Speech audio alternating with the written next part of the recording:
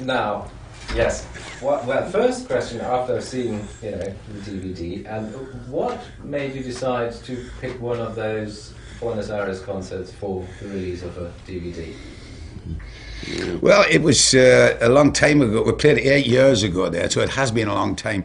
But David Mallet, the director, had always thought there was something magical or special about that place, which is nothing to take away from any other place. But he did say that the kids there were just very animated, which is good for him, for pictures.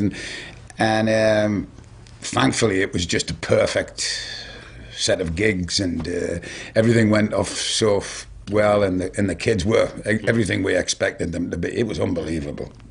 I know you do notice that, but I'm wondering, did you know that beforehand? You were guessing, Buenos Aires is going to be a great show? Or because you had to put these 32 cameras in place and everything? Yeah, well, you are taking a kind of a bit of a risk, but it actually, before we'd even started touring, it had come up, where if you were going to film, and one of the record executives at Sony, he had remembered when we had played Argentina once before, and he thought it was, he thought that the audience there was just, phenomenal. So he was pushing for us to do it there. And you've also got the weather kind of factor too. You could say, we'll go film in, somewhere in Europe somewhere, or England, but sometimes you never know what, being outdoors, you've got the nature's elements. But maybe that doing it in Argentina as well sort of stresses your sort of international appeal, probably, as well. It gives you, that feeling it's not the obvious place. It's. I'm sure they're very proud of it, but there's something about that name, the River Plate, and. It's famous for football players also. But it's a wonderful city, Buenos Aires as well, and we had a grand time being there. We were there nearly a week, and we made a lot of great friends. That's right. Nice people. We left it exactly as we found it. Yes. That's right. Well, kind of. Yes. No, I recognise exactly what you're saying, because the shots of the people and the crowd, they were really. Yes. Did you have that very special? Did you have that feeling? This is a very special concert yourself. Yes. At the time? Yeah, they're very passionate people, and I suppose it's and also, as somebody pointed out to me at the time, he said, they just love rock music, as a nation, they just love it. As a lot of South American countries.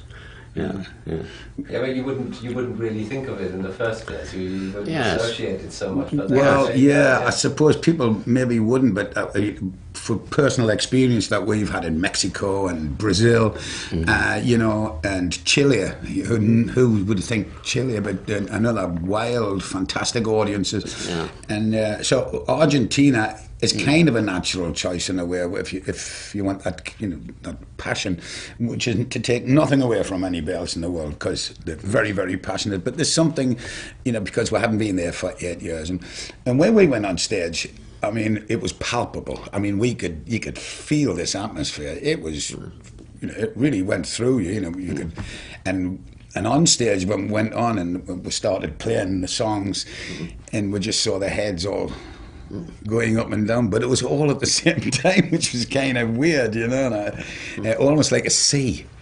And but the smiles on the faces and just the sheer joy on their faces, it was wonderful. It was a great thing, and we just rocked and had a ball. We just had a ball. In fact, it's one of the first times where I think the crowd were nearly louder than us. It was very noisy. Which leads me to a question I always wanted to ask you. How do you actually manage to hold your voice, that very special voice, you know. Because he tells us to. I think it's your fault. Yeah. My fault, no. No, it's nothing anything. It's hard. It's just I've got to stay with the boys, and you're just part of the team. And if you don't stay strong, you just get lost. You get left behind. Simple as that, you know. And he's got a good, pretty good frame. Good. Yeah, that's very yes, but if you're listening to him now, and he has got this rather deep voice. Yeah, raspy, yes. Yeah, so, yes. I mean, I don't know. It's difficult. I think it's the music that brings it out. Honestly, I'm not trying to be poetic or flowery. Yes. It's just what happens. I'll go into the studio, say if I haven't sung in anger for 3 or 4 years, and I'll join with the boys in a rehearsal thing, and I really do get the mic, and I go, geez, I wonder if this is going to come out, because there's no other time in my life that I need it, really. And then I'll get into the studio with the boys, and then I'll sing with them, and I go, thank God for that. It's still there, you know, and that's it, really. He's got a good gift, you know. Yeah,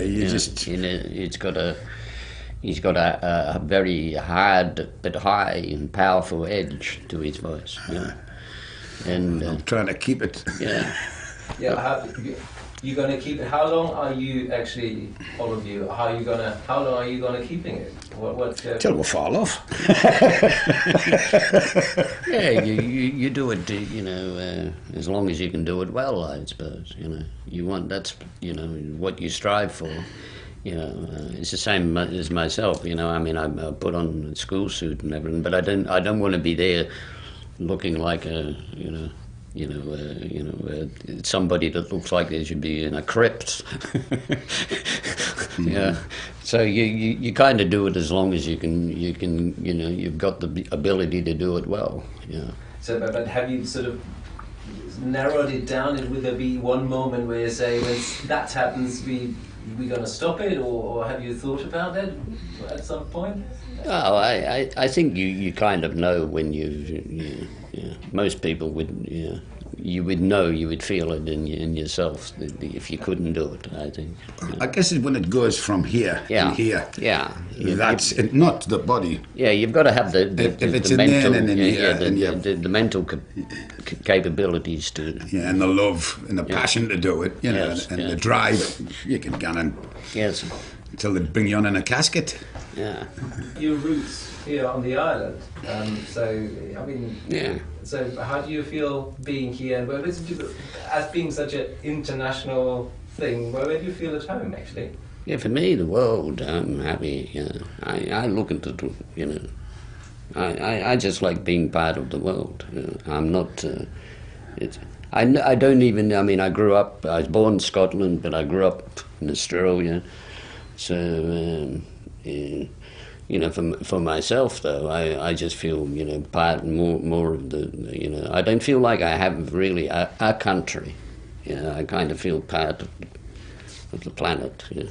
That sounds very guru-like, but yeah. No,